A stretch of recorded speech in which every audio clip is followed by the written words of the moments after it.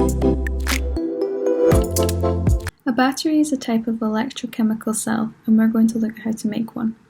The simplest version of this is two metals placed in an electrolyte and they're connected by wires to a voltmeter.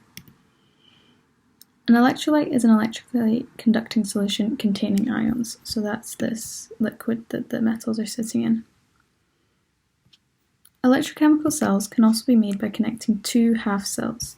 These two half cells are two metals sitting in solutions of their own ions connected by a bridge that can either be called an ion bridge or a salt bridge.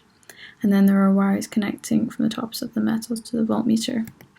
The ion or salt bridge is just a piece of filter paper soaked in an electrolyte, which completes this circuit because it allows ions to move across the two half cells.